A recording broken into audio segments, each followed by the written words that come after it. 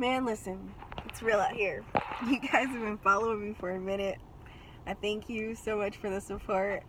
Life's real out here. I'm outside of my... Look at this. What is that? Haven't shaved in a few days. God, I cannot believe I'm sharing this with the world. Well, listen.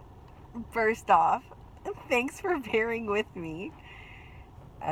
It's a lot. I started this kind of like thing called August 13th, and it's been pretty fun. It's been pretty amazing. I started it on Instagram, and there's this huge story behind it.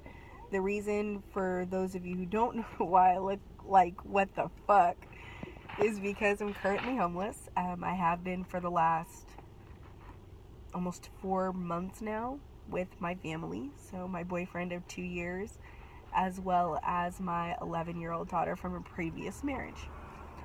And there's so many stories. Like, I'm trying to share as many as I can online, and it's working. Like, you guys like this shit, you freaks. When I started this weave was new. No, that's not true, because I got this in like the middle of it all. But the girl charged me $400, and I told her that the hair was like shitty.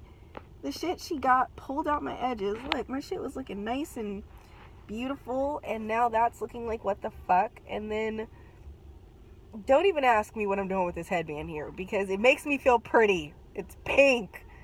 It's like the one thing that I can have that makes me feel like a girl, along with my fake diamond earrings, because I had to pawn everything else over the course of this shit, including, which I keep a mental inventory every single day, my Louis Vuitton backpack, my Louis Vuitton sunglasses, 2 of them, gold and silver. What else have I lost during this shit? My X6 got repoed. That was a sad day. I came outside one day to get my car, and it was good. And I was like holding my keys in my hand like a dumbass, which I still have. Matter of fact, here, I'll tell you. Look, here they are. Yeah, I need 2 keys. My little keepsake now. These shits don't work, and I'm probably gonna have to go to court for that. I've never had anything bad happen to me in my entire life, so I can view this with a very positive and balanced and happy perspective. My credit score was 720 before this whole ordeal went down, and it kind of like went down really in like a slow motion process, I would say, over 2 years. Literally the entire length of the relationship that I've had with my boyfriend, because even during that time, while I had a great job in software sales, my manager was less than happy that I was a shining star, because he was a classified narcissist, I guess is the word that the therapist told me. Yeah. He didn't like that I was shining. I brought in $500,000 of new business in the software company that I was working at in 5 months.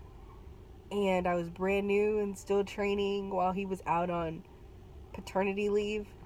And he was scary and intimidating, and he was like a previous attorney, and he was like the little golden bitch up there, and everybody just loved him so much, because same thing with me, how I have like multiple personalities. Some people can control it maybe, and others like they can control it in a bad way, like they can manipulate it, like I can't summon my personalities, for example. They kind of just come, you know. Anyway, I don't want that to be a part of my story. The thing about it is that when you go through a situation and your plans go completely haywire, it's really important for you to keep pushing. It's really important for you to keep persevering. This entire experience has been very eye-opening for me. I basically have been upper middle class a good percentage of my entire adult life, working in software sales, and I accomplished that with basically nothing. I had a lot of people who believed in me really early on in elementary school, because I'm from Oakland and grew up in the ghetto. I mean, ghetto? Like, ramen noodles was my middle name. And so I leave Oakland, and in Oakland, the way that it's kind of set up is that, you know, poor people live on the flatlands where everybody's getting shot and killed every day because people are stupid. And the hills out there are all like rich and fancy, and, you know, that's where the good life is, and that's where I went to school. So I literally had like the best of both worlds, because, you know, my mom like never allowed me to play with anybody, but she had her own reasons for that. Like, we'll get to that another day. I don't even have time. I haven't spoken to my mom in several months after she kicked me out on Christmas Day, and I've been like the only person in her life. Like, I have student debt with an ex-boyfriend. I signed off on a loan because of her. Like, that was the only thing on my credit. Like, I'm sparkling example of fucking responsibility. Like, I was the kid who was in the ghetto, who went to school in the hills, straight A students. All my teachers believed in me, told me I was gonna be somebody, change the world. Being in the Bay, like, you believe that, like, everybody from the Bay, like, that culture, my tribe, the people are just, like, amazing. Everybody is forward thinking, driven, positive.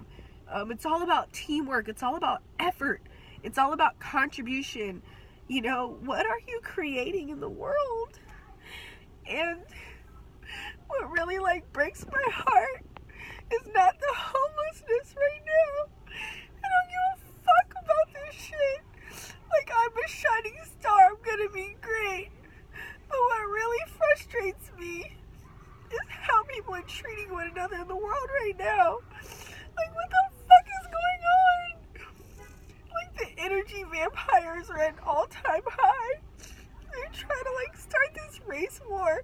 It's super fucked up. Because what that does is it creates a barrier. My nose. 1 second.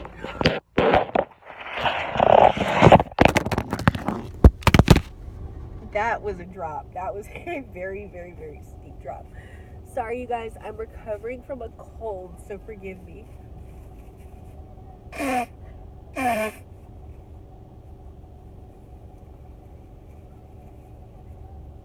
It normally sounds way worse than that. But, you know, it creates a barrier, right? Of just good people. Like, I don't consider myself, no.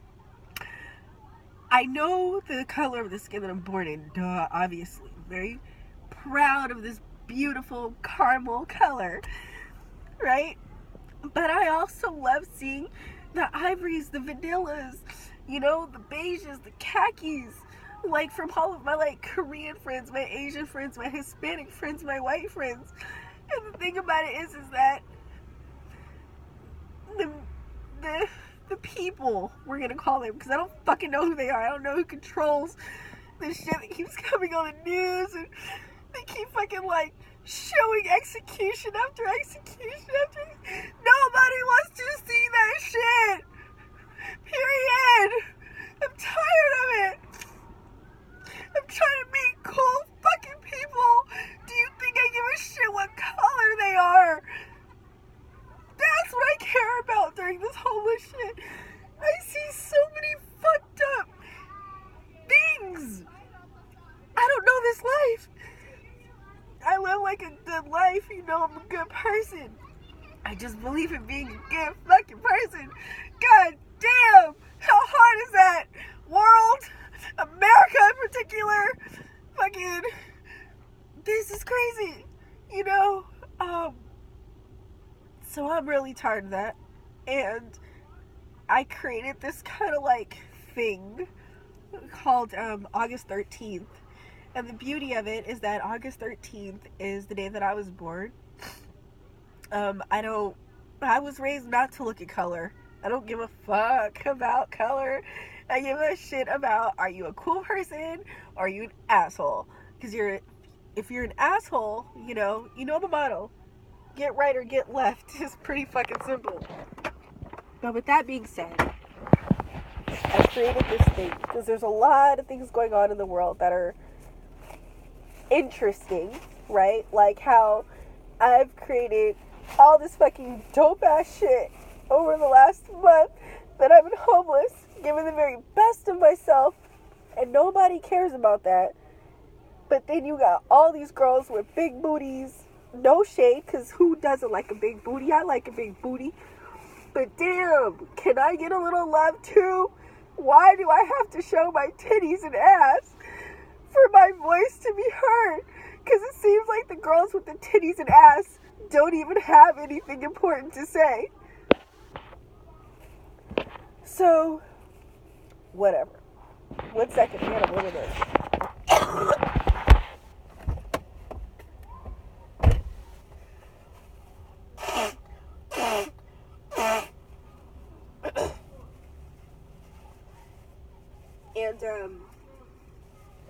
And I'm having fun.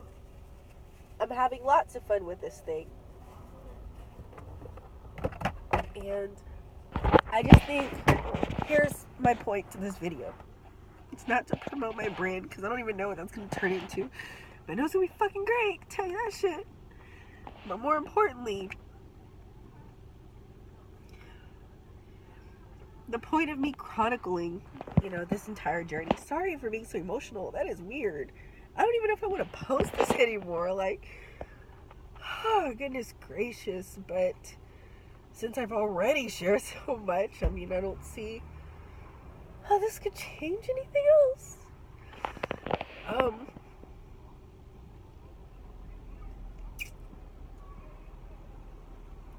It's important that you be a good person.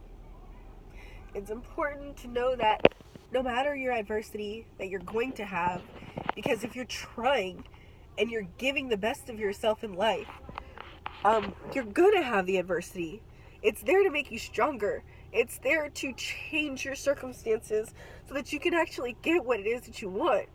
So no matter what it is that you're going through in life, nobody does videos oh God, don't even get me started on how disgusted I am with these fucking makeup videos. Like, women are nothing more than eyebrows that are on fleek.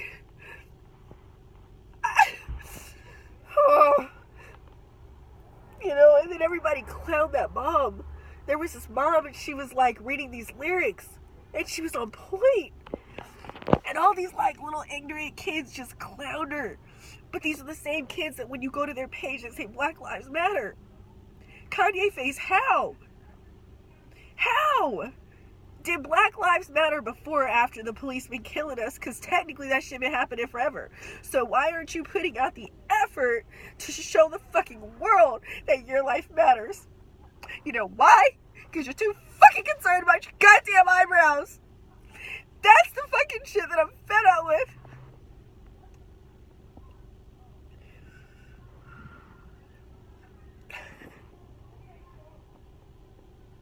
Listen. If one person watches this video and gets the same feeling in their belly that I got when Kid President did his pep talk, I win. I win. And then from there, it's on like hot buttered popcorn.